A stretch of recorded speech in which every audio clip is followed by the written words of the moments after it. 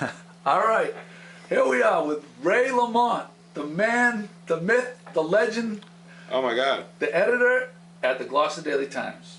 And how long have you been the editor at the Gloucester Daily Times? I came here just about exactly 2 years. My first day on the job here was the Martin Luther King Day holiday of 2008. That's it? Yes. Geez, it seems like you've been a fixture for way longer than that. I'm from Massachusetts. I grew up out in Pittsfield and started at the Berkshire Eagle newspaper out in Pittsfield. Been in the business for about 30 years. I was the editor of the Westerly Sun in Westerly, Rhode Island for 8 years before I came here. But got the opportunity to come back to Massachusetts, to come to Gloucester. I knew Gloucester from years ago when I was in college. I did a couple of papers on history, which involved at two different times coming to visit Gloucester and Salem. So I always had Gloucester in the back of my mind. For a college newspaper or newspaper? No, for just a college report, for a history and heritage report. Wow. This was in the late '70s. Wow.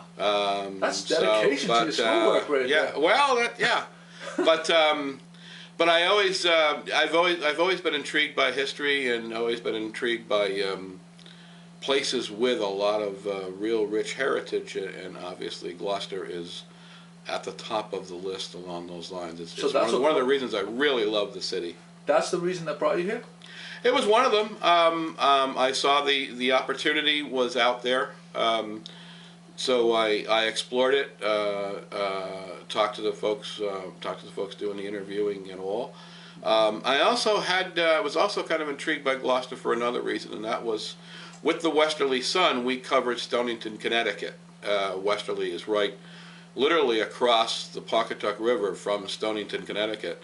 And Stonington, of course, is home to Connecticut's last commercial fishing fleet. So we were doing some stories down there on the fishing industry, and I thought it would be a good transition. And again, that's one of the things that really the fishing industry and the heritage are among the things that, as a city, that really drew me to Gloucester. And God, it feels very, very rooted in me now. I'll tell you, Yeah. it's just a really, really special place. At what point in your life did you know you wanted to be a newspaper man? I started as a sports writer, and I was always kind of intrigued by. How old? I was doing things part-time when I was about 19. Well, I guess a little old, about 19 or 20. I mean, a huge sports fan, still am. Yeah. But I worked as a team statistician growing up out in Pittsfield. We had a minor league, a Double-A Eastern League minor league baseball team. Then the Pittsfield Rangers. It kind of evolved to a few things over the years. But I got a part-time job in the summer as their team statistician, and that got me working with a wonderful old classic, old-time sports writer, hat and cigarette and the whole bit, named Roger O'Gara, who was sports editor at the Berkshire Eagle for something like 30 years, and that got me working with Roger in the press box, and I really sort of was intrigued by what he was doing, the idea of chronicling the games, and also telling stories about the players, and so telling stories about the people around the team and around the game. And looked to get into, I started out covering local high school hockey out in the Berkshires because no one else was. Yeah. They had a two-person sports staff who were covering baseball, basketball, and football. And then as I got into, the more I got into doing sports you were in college writing. at this time? Yeah, I was in college, and then out of college by the time I actually started working there full-time. But were you an English major or a journalism major? I actually majored in history. Okay. I majored in history with a minor in English. Okay. So you didn't know at this point. You didn't know that this was going to be a profession. No, although it gets hold of you, you know, in a hurry. I tell people now that, especially after all these years, like 30 years in the business, I sort of feel that Tom Lasorda says he bleeds Dodger blue. I mean, you sort of get like printer's ink in your veins to some degree, and there's just the real excitement of it, of getting getting the news, getting information out to the community in a lot of ways. You get the sense that people are relying on you to do that, and you want to serve them as best you can. Whether it's then it was covering high school sports, but from there I got into I became education editor, crossed over into covering schools and news.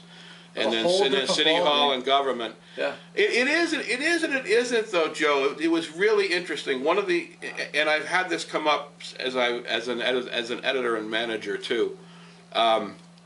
Sports writers can make an easy transition to news, probably easier than you might think. First of all, everything happens quickly. You're instantly working on tight deadlines. Mm-hmm. The game's over at 9 o'clock. You've got to have your story in by 9:30. It's great journalistic practice to be able to get used to doing that to some degree. The other thing is, for covering high school sports, as I tell people, one day I had sources. I was doing interviews with the wrestling coach, the hockey coach, the girls basketball coach. The next week, I was doing interviews with the head guidance counselor, the assistant principal, and maybe another school administrator. All the same people. The coaches often work in the school, so you're dealing with folks that already know you, and you're just dealing with them in a different context. Mm-hmm.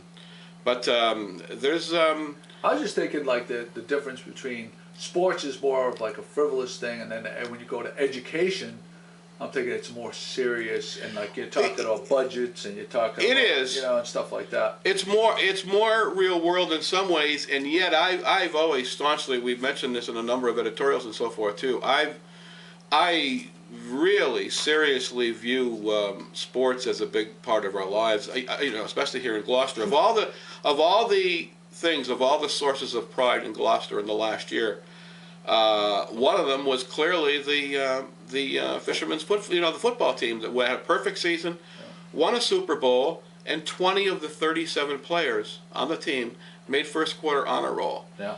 That's something to really take pride in, and sports is a big part of education. So it segs more than I think some people think sometimes. Mm-hmm. All right, that's the first part of our interview, Ray. We're gonna break here.